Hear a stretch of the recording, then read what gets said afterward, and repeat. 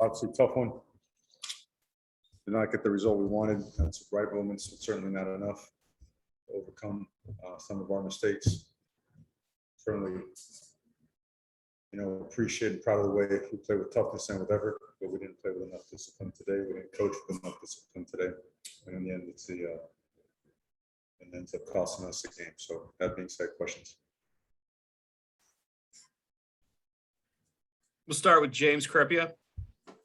Mario, your perspective on the final drive of regulation for them, just the targeting on KT, roughing the passer on Dorless, and the defensive hold there, obviously on the final, technically the final timed play of regulation. Just your assessment of just how your team was handling those moments, and obviously some tough penalties against you guys. I have to see it on film. I find it, I know I watched a couple. Interesting to say the least. The personal fouls, I got to see them. Obviously, if we're getting flagged for, we're not being disciplined enough coming after the quarterback. I did not see exactly how it happened, but I'll have to watch it on film and assess it. I know we got hit several times and got tangled up a bunch, never got a flag, but it is what it is. Matt Preem. Yeah, Mario, those offensive false starts back to back, third down conversions have been proven pretty costly. This team hasn't consistently played well for 4 quarters. What do you attribute to that, execution wise? Well, we came back strong. We came back strong in the second half, and we were 1 first down away from taking the air out of the ball. And we get 2 successive false starts, put us in long down distance situations, and then pin them at the 10, didn't get it done. So I don't know what to tell you, except there's no excuse. Got to get it done. We'll go Eric Scopel. Mario, I guess I'm curious, just the way that played out at the end offensively. Would you, in retrospect, maybe have not thrown the ball on second down, or is that just kind of the way it goes? We got a good red zone plan. Thought there were some things that we could take advantage of. Thought we had a pretty good mix of run and pass as to what they were playing. They were mixing up what they were doing as well. I think hindsight, might be easy to say, but overall, I thought that the plan that we went out and attempted to execute was the right plan. Let's go to Miguel, and I'm sorry I'm not going to get your last name, but Miguel with End Zoners. Hi, Coach. What is CJ's status, and how are you planning on overcoming his absence in the game that he may miss? One more time, I'm sorry. All right. What is CJ's status, and how are you planning on overcoming his absence in the game he may miss? CJ has hurt, and I'm not sure how long it's going to be. It seems like it's a pretty significant injury, but I don't know. Let's go James Crepia. Mario, just obviously you're coming into the game without a couple of guys too, between Alex going through early warm-ups, Bennett not here, Joe Moorhead being ill, and yet you guys fought the way you did. But can you speak to just the status of Bennett and Alex and Joe and your ability to take a lead despite being without those guys? Yeah, Bennett, very freak accident yesterday in practice. Hurt himself pretty good and very, again, non-contact drill. Just hurt himself, so he couldn't make the trip. So Jamal replaced him as a starter. Alex Forsythe had spasms in his back and was not able to go. So we started Ryan Walk. Joe Moorhead this morning, non-COVID illness that happened early this morning. And so he was not available. Again, proud of our guys for overcoming that, and we expect that of ourselves. We just found a way. That's all. Let's go to Max Torres. Yeah, Coach, Ryan Walk stepping in for Alex in that one, and he looked like he was pretty consistent. What does it say about him to be able to just hop in there and get the job done? Tough guy, resilient guy, team player, very accountable and responsible. Did really, really well. Put us in the right identifications to be able to block things, and I think we're pretty good in protection holding up. I'm not sure we were pressure and sack-wise total, but all in all, just very proud of Ryan and really the way the entire team fought. A lot of guys in that locker room hurting. We all should be hurting, and we just didn't do enough. Zachary Neal, Ducks Wire. Coach, the defense came out in the second half and had a lot of good stops right there. Were there any things that you saw at halftime or in the first half that you were able to make adjustments on? The first thing is we were playing with more physicality up front. We got a pretty good beat on what they were trying to do in the run game. And, felt like we were able to take away some of their explosive pass plays in place of coverage.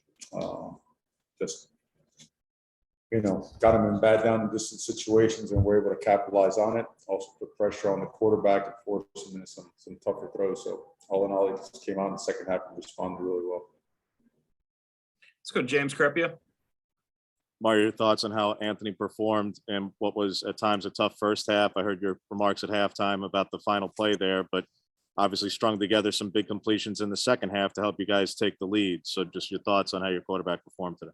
Yeah, no, I think that Anthony, he did a solid job, and he's always competing, he's always working, and he's doing a lot, and I'm proud of him. He's a tough guy. He's a competitor. He's resilient. He has the support, like any quarterback and any player. When you suffer defeat, you'd like to have plays back. I know he does. I know we would, but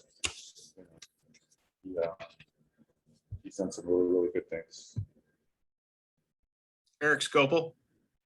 Coach, I was going to ask your assessment of how Travis Dye played, and especially in the second half, having to handle the load there. And I know you said that it sounds like CJ might be significant. How you feel about him kind of handling the load from here?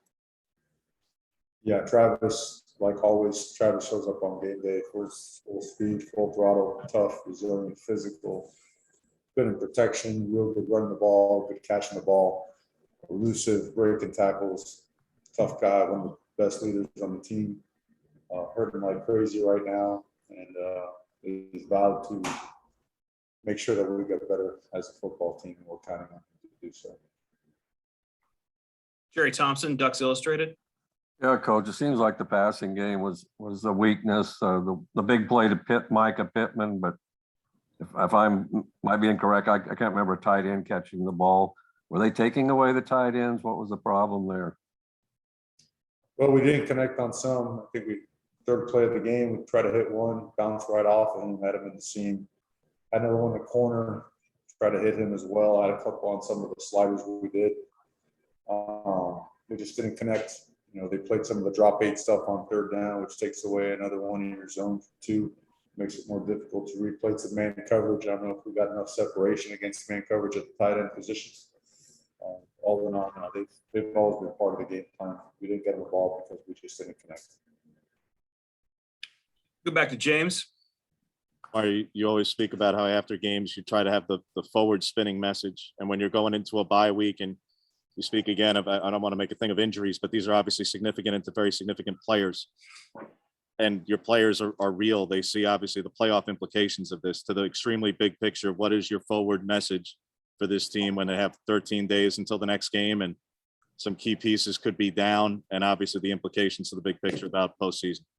Well, it's been one of those years where we just, from game one, we had a lot of guys go down. It's been really, really strange. We've really taken so much time investing into the way we practice, the way we take care of our bodies, and we've just been slammed with a ton of injuries.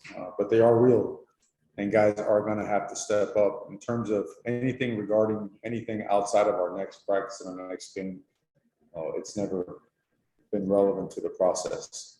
Do they know that big picture implications are always out there? They always will be out there. I don't think you try to overhype anything when you try to mix messages with what your team has to do. Right now, our team has to heal up and our team has to get better. Our team has to make sure that times like this, when the noise surrounds the program, you got to make sure that you stick together, have each other's back, and go attack the processes that are going to put you back on track to be 1-0. To continue playing in a conference that has a lot of good football teams, a lot of good football players.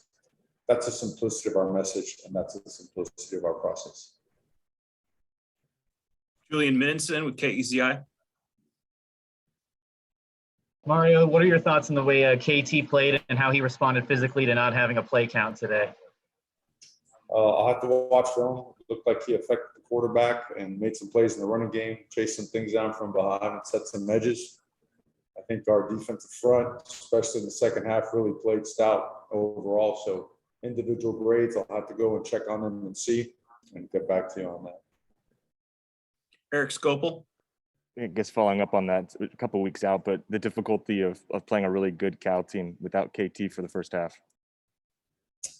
Well, I mean, Really? we've been playing without a lot of guys for a long time right now. I mean, you Really name it. poor Cal. Going down left and right all over the place. It's one of those years. It's one of those years we haven't had one like this. But you're not going to find us coming out here and making excuses. Certainly no one's going to have a pity party, and we're not going to feel sorry for ourselves. Somebody else is going to have to play. We'll get that next person ready, and that'll be it. Okay, time for a couple more. We'll go Warren Williamson. Mario, you've been doing this a long time, and I know injuries are part of the game. Have you ever come across in your career where you've just been devastated with injuries like this, just overall, whether it be in practice or in game? No, sir. Not like this. Ethan Hartley, KWVA Radio. Mario, with 0 turnovers this game after 5 interceptions last week, what were your overall thoughts on the defensive performance today? Well, I think early on they had us on our heels a little bit, and then we really buckled down. And then there were successive series of 3s and outs, and not only 3s and out, but knocking them back and actually putting them in negative yardage situations. Just really showed up strong, kept getting the ball back to the offense, just flipped the momentum completely. Punt return helped flip the momentum as well. And again, took the lead, tied the game, then took the lead. And then just, again, when you close out a game, you got to close out on both sides. And we're doing a real good job controlling the football and getting first downs, and two successive